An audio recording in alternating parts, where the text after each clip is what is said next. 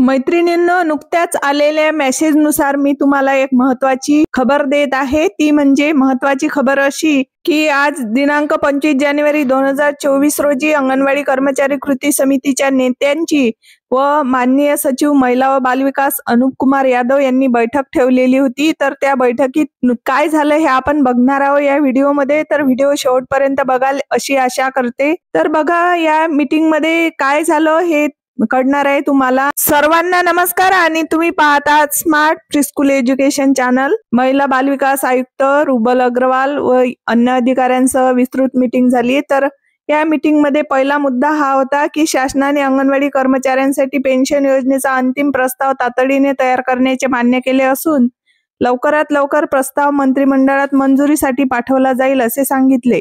तसेच कृती समितीच्या वतीने पेन्शन योजनेबाबत ठोस सुधारणांचा लेखी प्रस्ताव देण्यात आला। दुसरी मागणी ही होती की सर्वोच्च न्यायालयाच्या निर्णयाप्रमाणे ग्रॅज्युइटी देण्याचे मान्य केले आहे।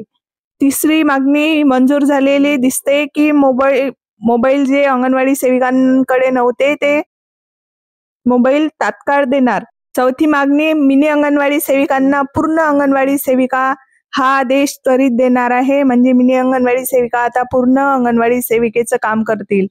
पाचवी मागणी ही होती की संप काळातील कामावरून कमी केलेल्या कर्मचाऱ्यांना कामावर घेण्याचे मान्य केले। सर्व कारवाई आदेश मागे घेणार असल्याचे त्यांनी मान्य केले आहे। 6व्या नंबरची कोणती मागणी मान्य झाली बघा। संप काळ कोरोना काळातील राहिलेल्या दिवाळी व उन्हाळी सुट्टीमध्ये समायोजित करण्याविषयी सकारात्मक विचार करणार आहे, म्हणजे संप काळातील ज्या सुट्ट्या होत्या त्या दिवाळी व उन्हाळी सुट्टीमध्ये मिळणार असं यामध्ये दिसतंय। तर वरील सर्व चर्चा सचिव आणि आयुक्त यांच्याशी झाली। कृती समितीला ही चर्चा आशादायक वाटली। त्याचप्रमाणे महिला व बालकल्याण मंत्री अदिती तटकरे यांनी दिनांक 5/12/2023 रोजी झालेल्या मीटिंगमध्ये दिलेल्या आश्वासनाप्रमाणे आशा सेविकांच्या मानधनवाढीचा प्रस्ताव मंत्रिमंडळ बैठकीत आल्यानंतर त्यांचे अवलोकन करून अंगणवाडी कर्मचाऱ्यांच्या मानधनवाढीचा विषय मंत्रिमंडळात मांडण्यात येईल। म्हणजे या बैठकीमध्ये मानधनवाढीचा विषय झालेला दिसत नाही, तसेच वेतनवाढीचा पण विषय मंजूर झालेला दिसत नाही आहे। पुढे बघूया। वरील परिस्थिती व शासनाच्या सकारात्मक भूमिकेमुळे तसेच ग्रॅज्युइटी व पेन्शनचा महत्त्वाचा निर्णय होत असल्याने अंगणवाडी कर्मचारी कृती समिती आपला संप मागे घेत आहे। बघा या मेसेज मध्ये स्पष्ट लिहिलंय की आपला संप मागे घेत आहे। आणि आजच्या बैठकीला एम.ए. पाटील, ॲडव्होकेट निशा शिवूरकर, मान्य सुभाष अमीन, दिलीप उटाणे, दत्ता देशमुख, सुवर्णा तळेकर, अप्पा पाटील, इराणी, ॲडव्होकेट दीक्षित हे कृती समितीचे सदस्य उपस्थित होते।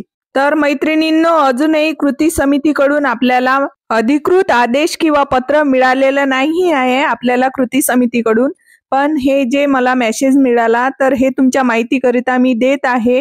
तर अजूनही संप मागे घेतला की नाही पत्र येईपर्यंत आपण वाट बघूया। पण जो 2 महिने संप चालला तो मेन उद्देश हा होता संपाचा की आपल्याला वेतन लागू व्हावं आपल्या सर्व अंगणवाडी कर्मचाऱ्यांना, आणि वेतन जर लागू लवकर होत नसेल तर तोपर्यंत कमीत कमी 26,000 तरी मानधन व्हावं। GR निघेपर्यंत संप मागे घेऊ नये असं सर्व ताई कमेंटमध्ये सांगत होत्या। तर आता बघूया, आपण वाट बघूया कृती समितीच्या पत्राची। तर बघा खाली काय आहे, तरी उद्या 26 जानेवारी रोजी प्रजासत्ताक दिनी सर्वांनी कार्यक्रमात सहभागी होऊन काम सुरू करावे। आपले संविधान मजबूत करूयात। अंगणवाडी कर्मचाऱ्यांनी दाखवलेल्या एकजूट आणि संघर्षामुळे आपल्या महत्त्वाच्या मागण्या मान्य होत आहे। तुम्हा सगळ्यांचे अभिनंदन। आणि मेसेजच्या शेवटी आपल्या अंगणवाडी कर्मचारी कृती समितीतील सर्व मान्य पदाधिकाऱ्यांचे नाव दिलेले आहेत। पण यावर थोडा विश्वास न ठेवता आपण आणखी अंगणवाडी कर्मचारी कृती समितीच्या पत्राची वाट बघूया। तोपर्यंत संपावर कायम राहूया आणि पत्र आलं की ठरवूया काय आहे ते। पण मला तरी यावर काही समाधानी वाटत नाही।